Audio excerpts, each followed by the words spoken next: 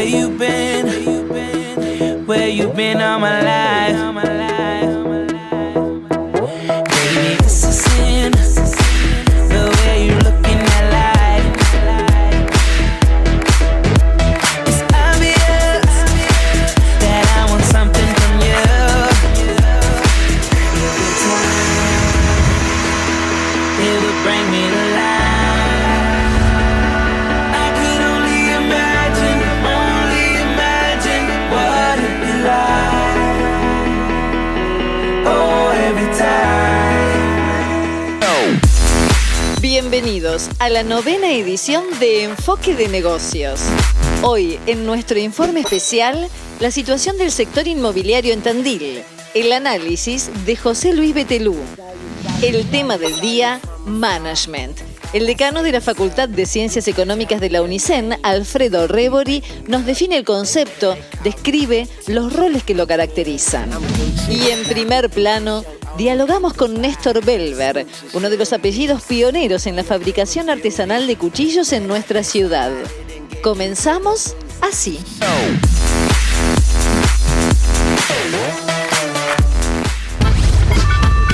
Mi papá se inició en la primera fábrica de cuchillos, de la cual salieron todos, que fue la Movediza, en el año 40 y no sé, 40 y pico ahí nomás. Y bueno, y ahí estuvo trabajando de empleado hasta el año 52, que con otro compañero de trabajo de ahí de la fábrica, que era Leguizamón, fundaron Atahualpa en el año 52. Y ahí mi padre, bueno, permaneció en el año 52 y junto a nosotros también, de los 15 años yo estuve trabajando en Atahualpa. Y bueno, hasta el año 92, en la cual hicimos esto familiar y nos vinimos, la familia Belver, nos vinimos por acá. Ya ahí, bueno, con empresa familiar propia, digamos. Sí. Pero vos desde los 15 años metido ahí. Sí, en esto, sí, entre los fierros, como siempre decimos, trabajando en la cuchillería y bueno, toda una vida y bueno, así que una tradición, ¿no?, nuestro, porque está mi hijo, tengo un sobrino en la cual van a seguir en esto.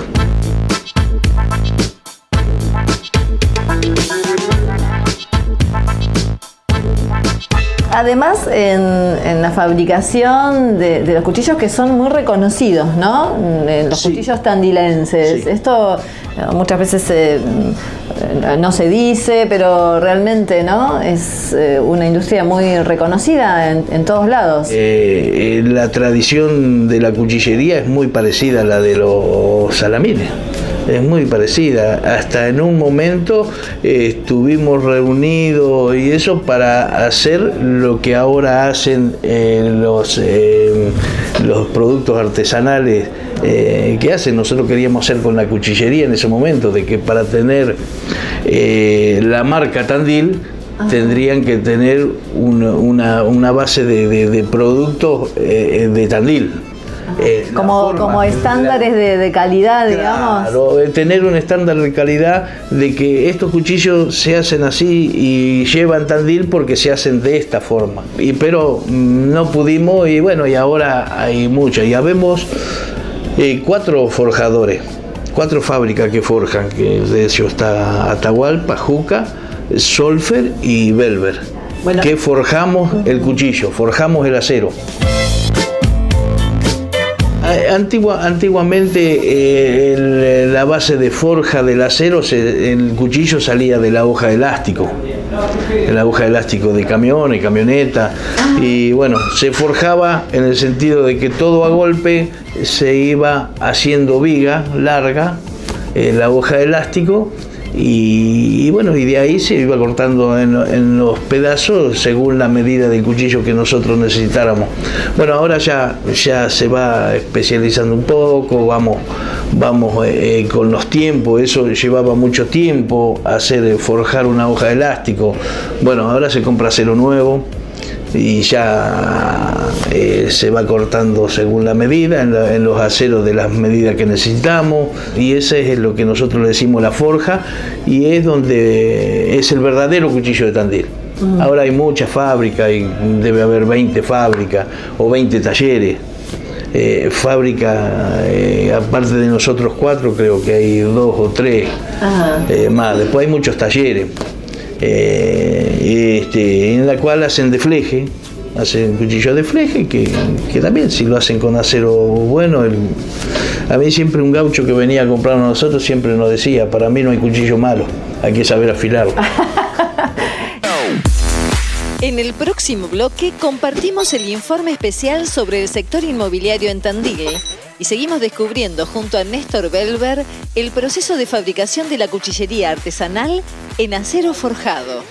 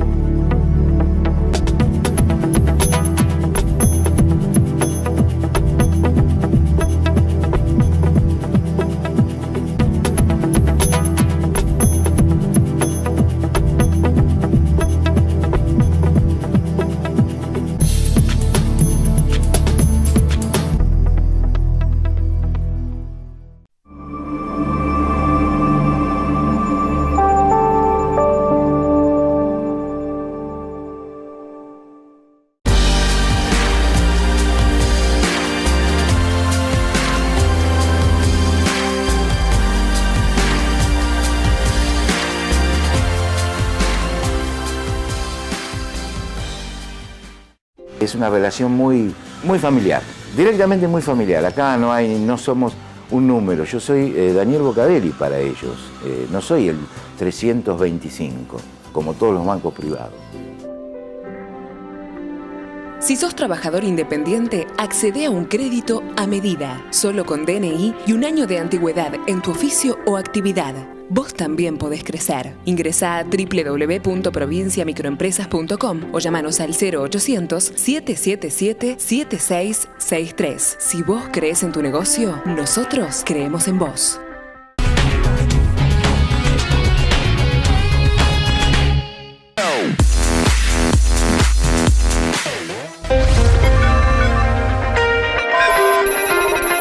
Queremos, adentrarnos en la situación actual del sector inmobiliario en Tandil. Hay algunos datos que a veces nos inundan desde las pantallas de Buenos Aires que tienen que ver con, si se quiere, una especie de amesetamiento, ¿no? Un parate del sector. ¿Esto también se da en nuestra ciudad? Te quiero hacer una aclaración. El censo del 2010 dio 40.000 viviendas. El censo del 2000. Del 2010, 56.000 viviendas. Son 16.000 viviendas. Y vos me decís, ¿y qué significa 56.000 casas? Muy simple. Tandil tiene 122.343 habitantes por censo. Sí. Agregale un poquito más por los estudiantes y por una serie de cosas. Entonces nos está dando una casa cada 2 personas, cada 2 personas y media. Entonces, si uno mira esos números fríos, diría, Tandil problema habitacional no tiene. Sí, a lo mejor hay uno que tiene 10 casas y uno que no tiene nada. Pero vos fíjate que en los números y en las estadísticas dicen que hay 3 clases de mentira: la pequeña mentira, la gran mentira y las estadísticas. Porque depende del segmento que vos tomes. Tandil no es una isla, responde a una serie de cosas. Por supuesto que tiene características propias. Tandil tiene características propias, te diría, muy positivas en general para los resultados económicos, no quizás para la gente. La clase que está más desguarnecida, paradójicamente, es la clase media. La clase de menores recursos, existen los planes ahora que el gobierno ha puesto énfasis para hacer esas soluciones, y parte de clase media o clase media baja que también se puede acceder a una vivienda que es imposible es imposible de todo punto de vista. Pero los planes del gobierno, por ejemplo, el Progresar, también están orientados a la clase media. Por eso digo, ¿no? clase media, media. Es decir, no los planes sociales, digamos, a la clase... Sí, clase baja, clase trabajadora. Es decir, y cosa que me parece bien, porque es lo que... Ahí está el verdadero sentido social del Estado.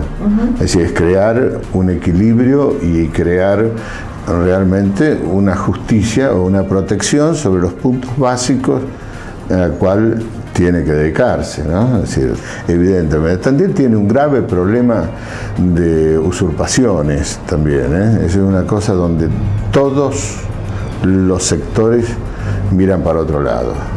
Pero Tandil está usurpado en un porcentaje más importante de lo que la gente cree. Y vos decís, bueno, sí, pero la gente tiene el derecho a poder hacerse una casa y todo demás.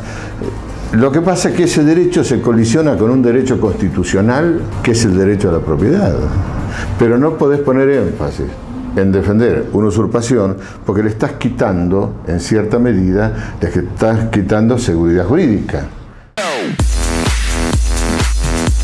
Seguimos conversando con Néstor Belver.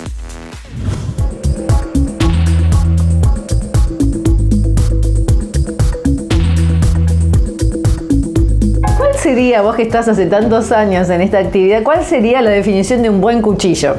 Porque, bueno, siempre se dice, ¿no?, que para comer un buen asado hay que tener un buen cuchillo, y en esto los paisanos nos podrían dar cátedra, ¿no? Porque, No, ni hablar que te van a dar cátedra, ni hablar, porque ellos son muy vaquianos en el asunto de asentar el cuchillo, y bueno, ellos lo afilan a su gusto, ellos siempre lo tienen bien brillosito, bien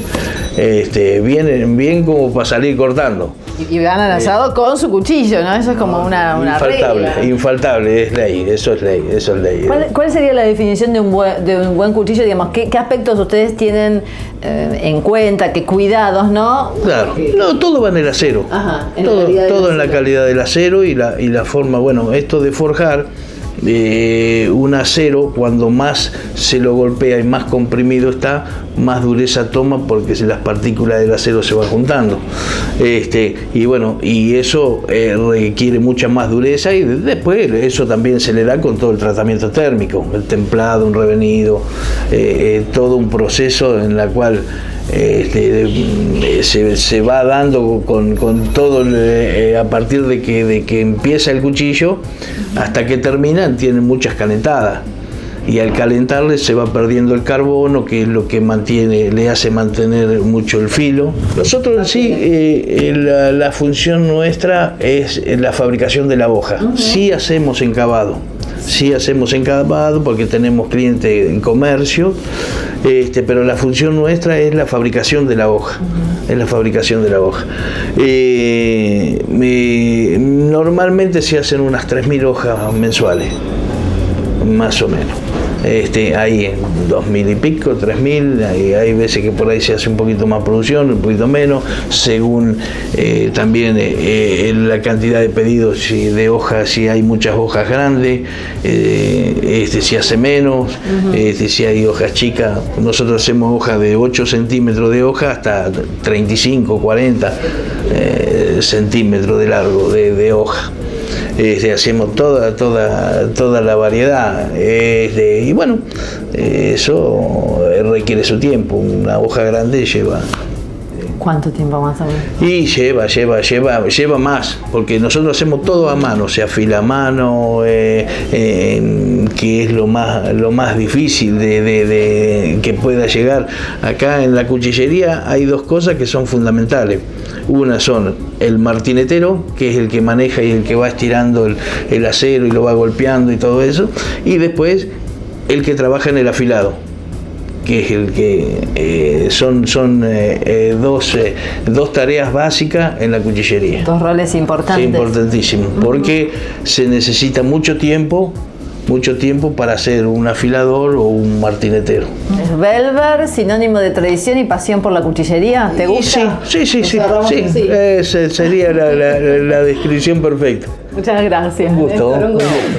En instantes, la segunda parte del informe especial sobre el sector inmobiliario en Tandil. Además, la primera entrega sobre management. ¿Qué roles lo integran? ¿Cuál es el valor de las estrategias en el campo empresarial u organizacional? ¿Cómo se llega a la concreción de resultados? Entre otros apasionantes conceptos útiles para la vida cotidiana del emprendedurismo.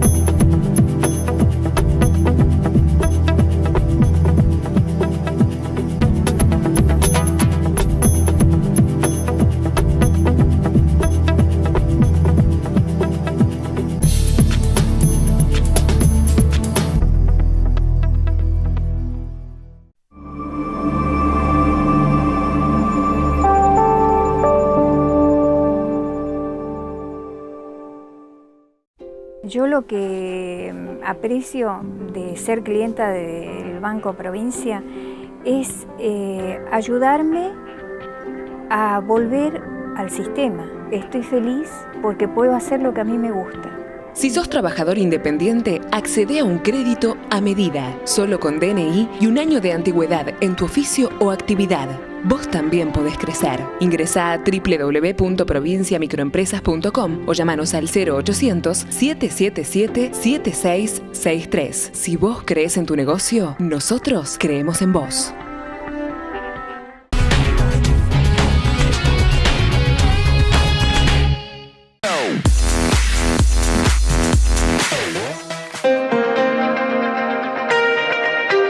Tandil recibe en la universidad, es decir, la universidad en Tandil, sede Tandil, dato que los tengo acá, recibe casi 9.000 y pico, casi 10.000 habitantes. De los 10.000 habitantes, 3.200 son de Tandil, el resto son de afuera. Son 6.000 personas que, si querés dividirlo por 2 o por 3, los estudiantes que puedan vivir, necesitan 3.000 casas.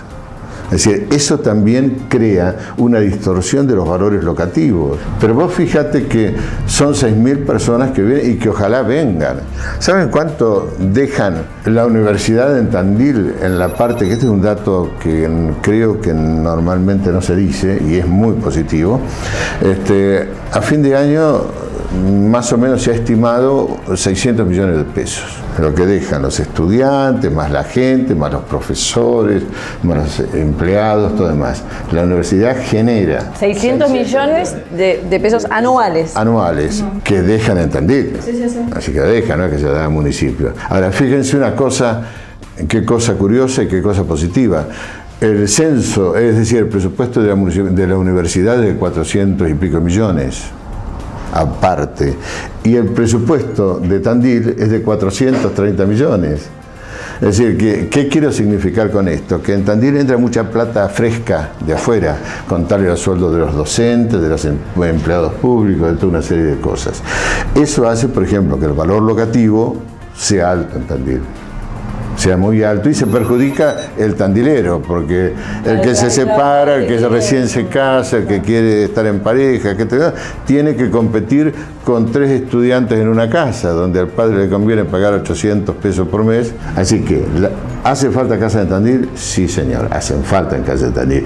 ¿Qué se construyen? Se construyen, yo digo, gallineros, palomares, o palomares. Yo les digo conejeras. Sí, conejeras, porque en realidad responden al mercado. Ahora una casa, te vas a una casa de 2 dormitorios, un living comedor más o menos aceptable, tenés que hablar entre 4 y 5 mil pesos. Es decir, y el precio, el costo de construcción acompañó la inflación.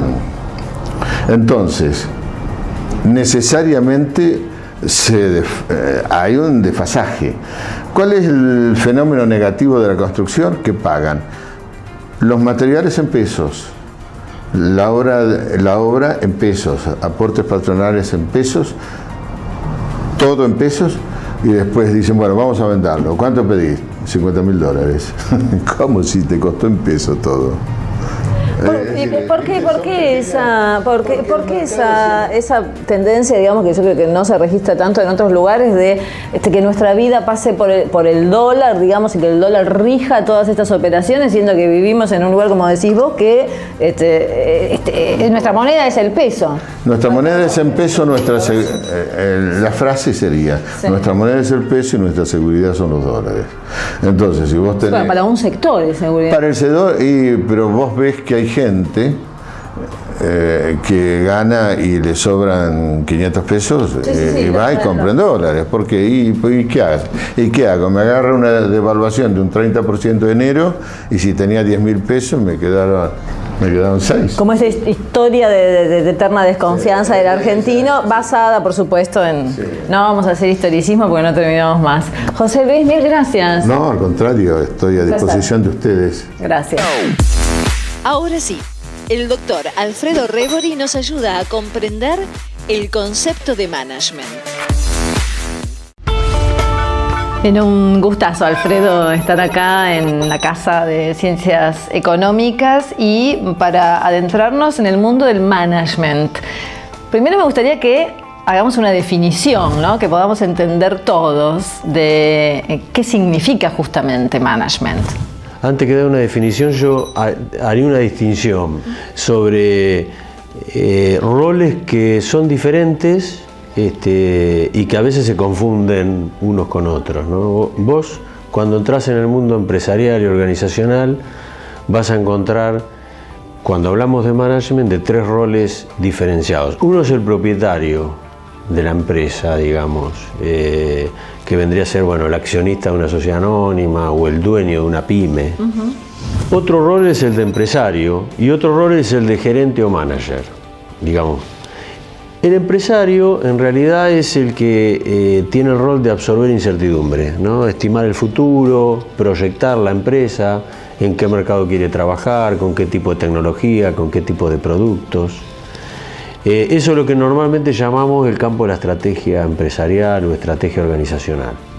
El gerente o el manager es luego quien, en función de esa estrategia, define objetivos, intenta, esto es clave, digamos, lograr resultados a través del trabajo de los demás, digamos, ¿no? Esa es la función esencial del manager. Es como más ejecutor. Es menos ejecutor, menos ejecutor.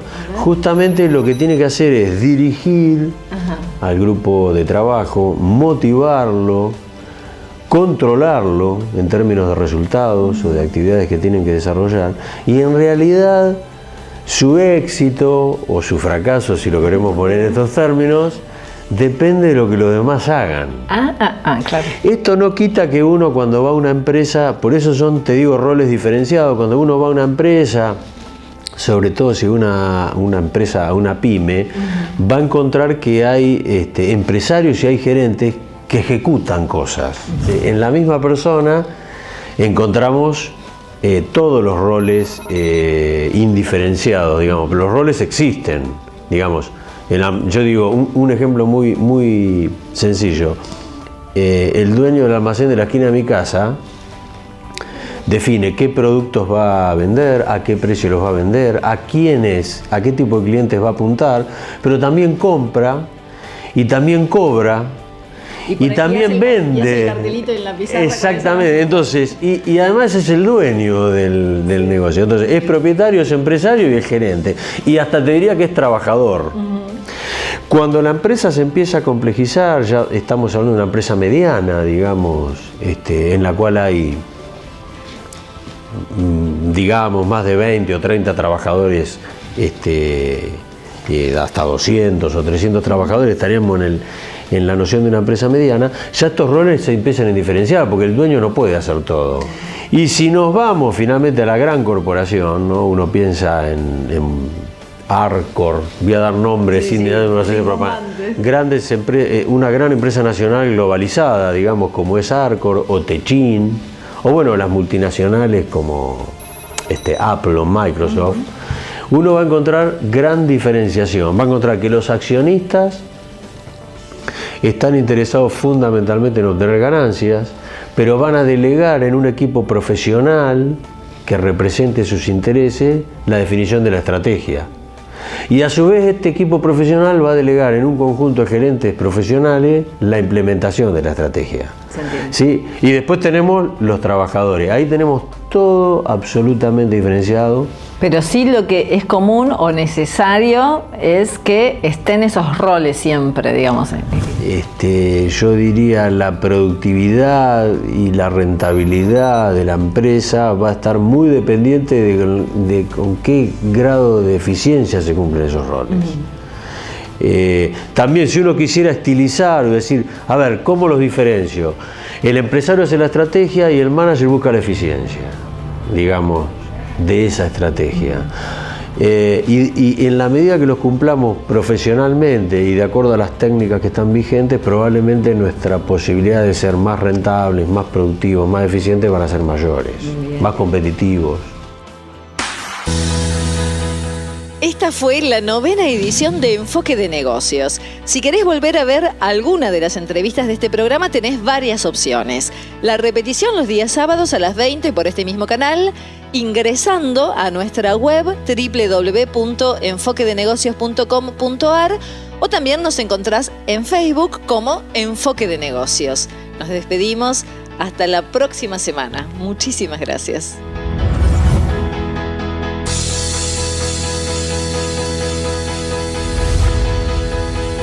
En la venta, el vendedor tiene que tener picardía, si no, no puede vender.